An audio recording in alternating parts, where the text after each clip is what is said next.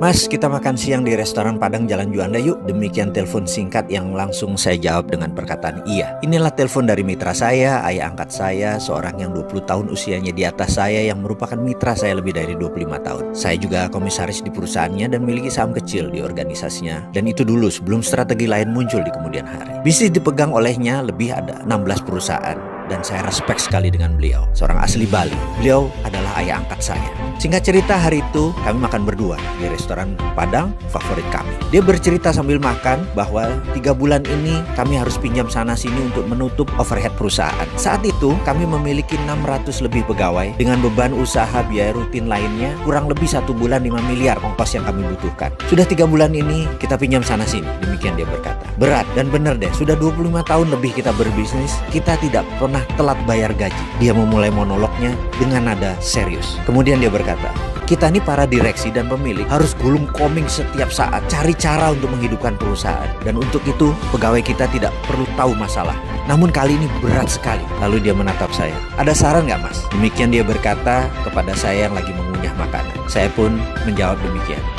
B, gini deh. Bagaimana kalau kita siapkan paket shake hand, golden shake hand kalau perlu. Kita adakan juga program pensiun dini. Kita minta mereka beberapa orang yang ingin pensiun dini, kita pensiunkan. Dan beberapa orang yang tidak perform, kita pecat. Kalau perlu, orang-orang yang mungkin lagi tidak kita butuhkan, kita rumahkan tanpa gaji. Bagaimana baik kira-kira? Mendengar suara saya tersebut, wajahnya berubah. Dia menghentikan makannya. Matanya menatap saya dan suaranya menegak. Kamu sombong, Mardi. Gak ada rumus pecat karyawan itu. Gak ada yang namanya dirumahkan.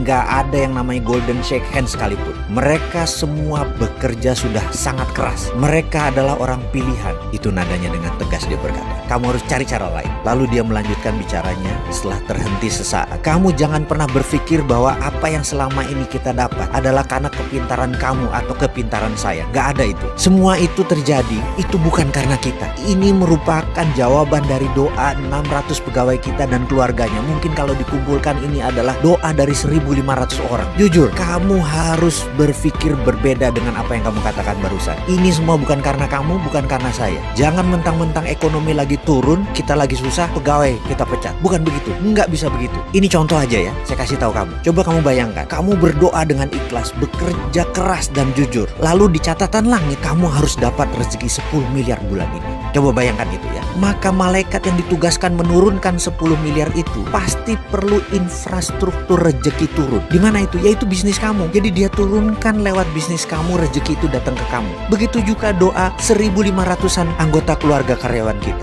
Begitu mereka harus dapat rezeki, di langit mereka tercatat mereka harus dapat rezeki. Maka malaikat itu kan menurunkan melalui perusahaan kita. Itulah yang membuat perusahaan kita berdiri lebih dari 25 tahun. Jadi itu bukan karena kepintaran kamu, bukan karena jabatan kamu, bukan karena saya. Kita ini hanya penyambung jalannya rezeki. Usaha kita itu adalah infrastruktur keluarga pegawai kita untuk rezeki itu turun ke mereka. Faham kamu? Jangan sombong kalau berpikir. Jangan mentang-mentang kamu pemilik. Cabut kata-kata kamu itu. Cari kata-kata lain, cari cara lain. Saya terdiam.